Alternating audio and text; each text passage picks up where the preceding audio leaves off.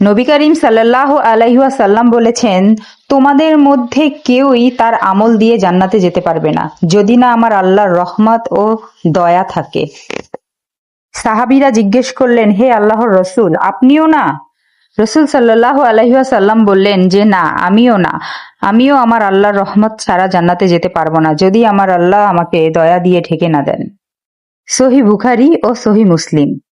এই হাদিস থেকে আমাদের শিক্ষা হলো, আমাদের যত ভালোই আমল থাকুক না কেন, যতই আমরা ভালো কাজ করি না কেন, আল্লাহ যদি দয়া না করেন, রহমত না করেন, কখনোই আমরা জান্নাতে যেতে পারবো না। তাই আমাদের আমল, আমাদের আখলাক যেন অহংকারে পরিণত না হয়। আমরা যেন আল্লাহর কাছে বিনয়ের সাথে আমল করি, বিনয়ের সাথে ভালো কাজ করি। আমাদের দিল, আমাদের মন যেন নরম থাকে। আল্লাহর পথে যেন আমরা অহংকার না দেখাই, অহংকার যেন আমাদের জীবনকে ধ্বংস করে না দেয়, জান্নাতের পথ কঠিন করে না দেয়।